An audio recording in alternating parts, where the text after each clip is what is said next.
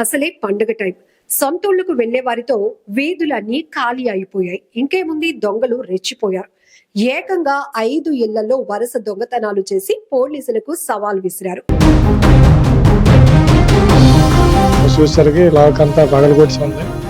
తర్వాత లోపలికి వెళ్ళి చూస్తే బీరువా అంతా ఓపెన్ చేసి చంద్రవందరంగా చేస్తారు.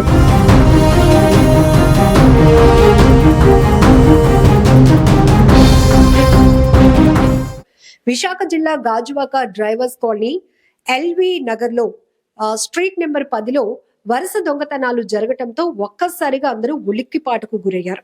పండగ ఊరు వెళ్లి వచ్చే వాళ్ళు కొంతమంది అయితే ఇంకా రాకపోవడంతో ఆ ఇరుగు పొరుగున ఉన్నటువంటి బంధువులు కూడా వాళ్ళ ఇళ్లను గమనించి ఇదేంటి వాళ్ళు ఊరెళ్లారు, ఇంటికున్న తాళాలు పగలగొట్టున్నాయని చూసి తేరుకునేటప్పటికే పూర్తిగా ఇల్లు గొల్ల చేసి వెళ్ళిపోయారు దొంగలు. లోపల ఉన్నటువంటి విలువైన వస్తువులు దోచుకెళ్లిపోయారని అర్థమైంది. గాజువాక పోలీసులకు ఇన్ఫర్మేషన్ ఇవ్వడంతో క్లోజ్ టీమ్ తో సహా చేరుకున్నారు పోలీసులు. చూస్తే ఇంటికున్నటువంటి తాళాలు పోయాయి. అక్కడ కట్ చేసి ఉన్నటువంటి పరిస్థితి ఉంది. లోపలికి వెళ్లి చూస్తే బీరువాలన్నీ కూడా చెల్లా చెదురు చేసేసి బీరువాల్లో దాచుకున్న బంగారం, వెండి, నగదు మొత్తం దోచుకొని వెళ్ళిపోయారు.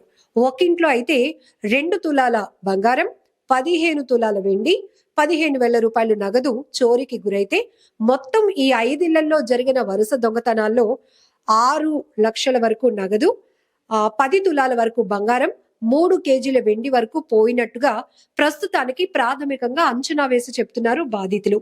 పోలీసులైతే క్లోజ్ టీమ్ తో సహా చేరుకున్నారు. బట్ అక్కడెక్కడ దగ్గరలో సీసీ కెమెరాలు కూడా లేకపోవడం, ఆ ఇళ్లకి కూడా సీసీ కెమెరాలు లేకపోవడంతో ఈ వరుస దొంగతనాలకు పాల్పడిన వాళ్ళని పట్టుకోవటం ఇప్పుడు కొంచెం టాస్క్ గానే మారింది. సో ఇప్పటికి ఇది 2 రోజులు అవుతున్నప్పటికీ పండగ అంటే 14వ తేదీన సాయంత్రం ఈ దొంగతనం జరిగినట్టుగా అనుమానిస్తున్నారు. అయితే బంధువులు వచ్చి చూసిన తర్వాత ఇది కాస్త క్లారిఫికేషన్ రావటం, పోలీసులు ఇన్వెస్టిగేషన్ మొదలైంది. ఇందులో ఇంకా 2 ఇళ్ల వాళ్ళు ఇంకా ఊరు నుంచి రాలేదు.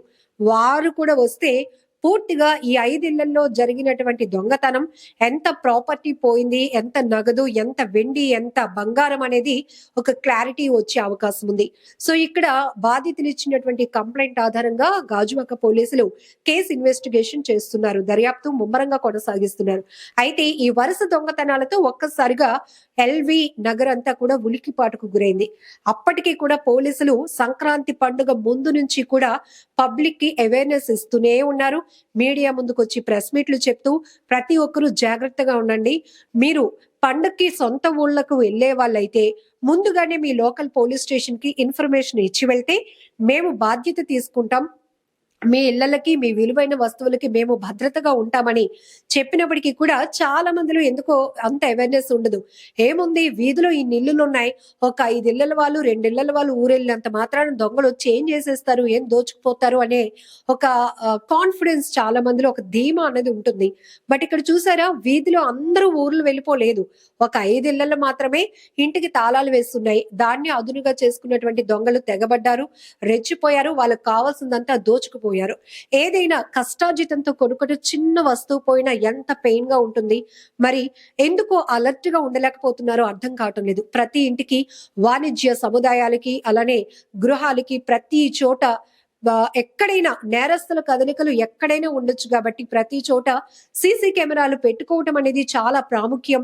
ఎందుకంటే నేరస్తులు ఎలాంటి వాళ్ళైనా, ఎక్కడి నుంచి వచ్చినా, ఏ టైంలో తెగబడినా వాళ్ళని ఇట్టే పట్టేయడానికి సీసీటీవీ ఫుటేజ్ అనేది చాలా కీలకమైన ఆధారంగా ఉంటుందని పోలీసులు చెప్పినప్పటికీ చాలా మందిలో అవేర్నెస్ లేకనో తెలియదు, పట్టింపు లేకపోవడమో తెలియదు. కానీ ఇలా దొంగలు రెచ్చిపోయిన తర్వాత వాళ్ళ వస్తువులు పట్టుకెళ్లిపోయిన తర్వాత లబోదిబోం అంటూ పోలీసుల్ని ఆశ్రయిస్తున్న పరిస్థితి.